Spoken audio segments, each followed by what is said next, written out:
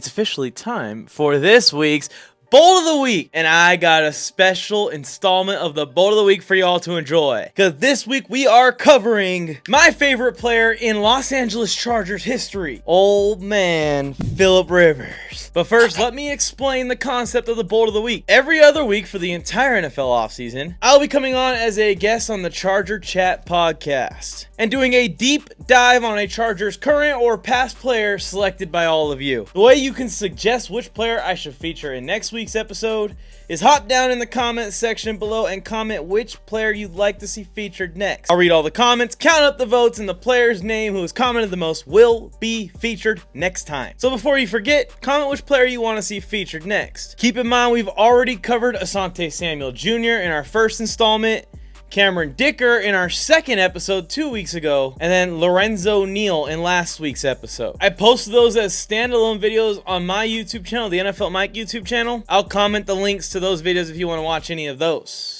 This is back-to-back past players that we're covering here on Bold of the Week. So let's do a current player next week. And dadgummit, man, I could sit here and talk about Philip Rivers for an hour. But I have about 10 minutes in this segment. So guys, if you have any favorite Philip Rivers memories or stories, feel free to comment those as well to add to the Bold of the Week. I'm going to get to the roots of the Philip Rivers story starting in December of 1981. Philip Rivers was born in Alabama. At the time, his father Steve was the head football coach of the local high school, where his mother was also a teacher. And at a very young age, Philip Rivers had dreams of playing in the NFL. I found a story online when he was in the 5th grade. He did a project about his dreams and aspirations in life. And what did he do? He cut out an NFL player off of Sports Illustrated magazine and pasted his face on it. Little did little boy Philip Rivers know he would go on to become one of the NFL's greatest quarterbacks of all time. But it started in the 7th grade in 1994 when Philip Rivers started his first game at quarterback, rocking the number 17 to honor his dad, who also wore 17 as a player. His dad would eventually be hired as the head coach at Athens High School, leading to Philip Rivers attending Athens and being the starting quarterback for his dad. Bookmark that. By the time Philip Rivers was a senior in high school, he was one of the best passers in the state of Alabama, earning him offers from Auburn and Alabama. But Philip Rivers knew that if he went to either of those schools,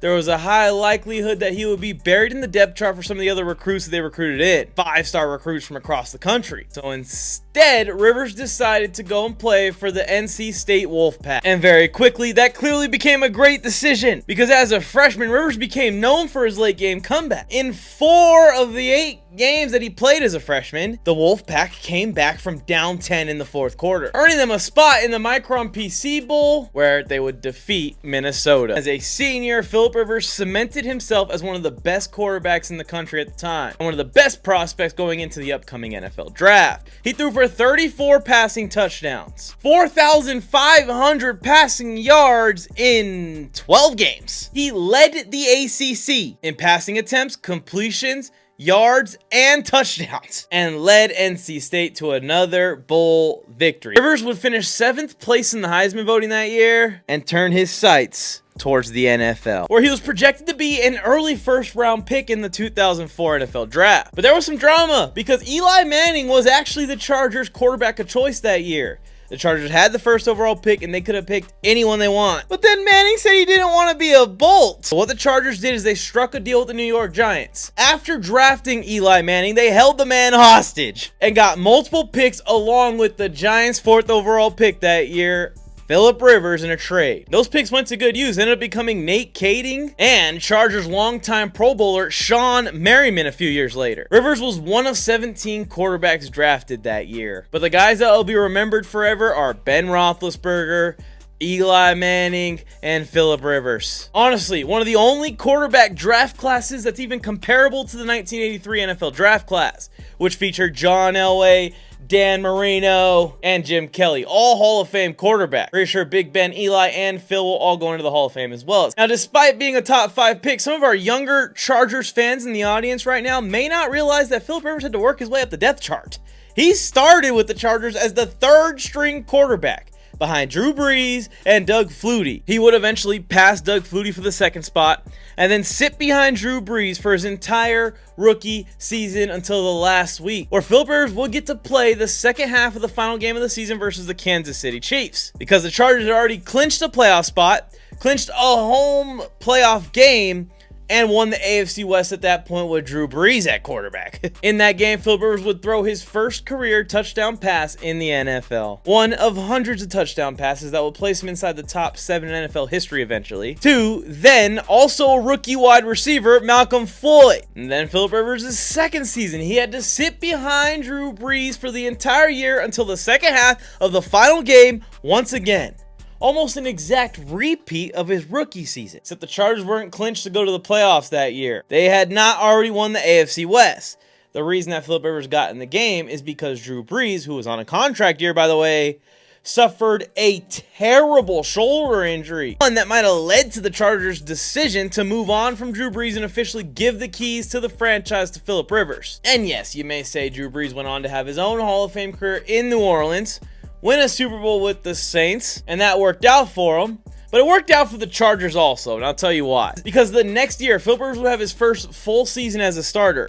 In his first full game, he'd blow out the Las Vegas Raiders, then Oakland Raiders in a 27-0 shutout, and wouldn't stop there. Chargers would defeat the defending champion Pittsburgh Steelers that year, take down top flight defenses such as the Denver Broncos, destroy their division, and honestly the entire AFC, going 14-2 into the playoffs. They had a first round bye, home field advantage in Philip Rivers' first year as a starter. And while they would lose to the New England Patriots in a nail biter that postseason, this was just the start of a 17-year Hall of Fame career with the Chargers. Philip Rivers would go on to become the daggum 6th highest passer yardage-wise in NFL history. He would also complete 5,277 total passes, 7th all-time in NFL history, and end up throwing for 421 total passing touchdowns. Currently 6th all-time in NFL history.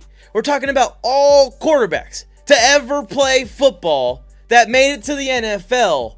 Philip Rivers is top 6. Rivers will also become an 8-time Pro Bowler who ended up winning Comeback Player of the Year. He would lead the NFL in passing in 2010, lead the NFL in passer rating in 2008, and even lead the NFL in completion percentage in 2013. And to this day, Philip Rivers still holds the record for the most passes ever completed consecutively in a game. He completed 25 straight passes, and I'll never forget that game. That was a fun one. Also, keep in mind, to save time, that Philip Rivers holds just about every Chargers passing franchise record in the entire book. Rivers would have a twilight year with the Indianapolis Colts where he actually played kind of good. People forget about that last year that Philip Rivers had, leading the Colts to the playoffs and coming just one drive away from taking down the Buffalo Bills and advancing in those playoffs before he would eventually retire a Los Angeles/San Diego Charger and ride off into the sunset, where Philip Rivers, full circle moment here, now coaches his son, number 17, at St. Michael Catholic High School in Alabama. I'm sure Philip Rivers is going to get another lifetime of memories out of that experience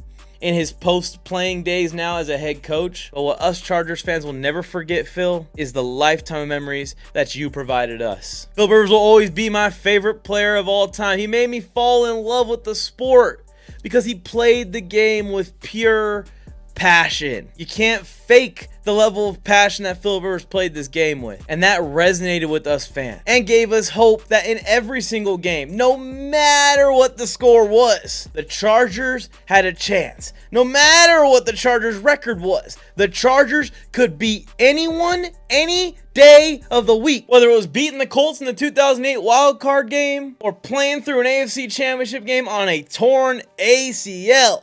Dadgummit, this man was going to leave it all on the field for all of us. That's what the Bold of the Week is all about, y'all. Again, one more reminder, comment which players you guys want to see me feature next week. Maybe even more importantly this week, get down in the comment section below. Help me out with this Bold of the Week.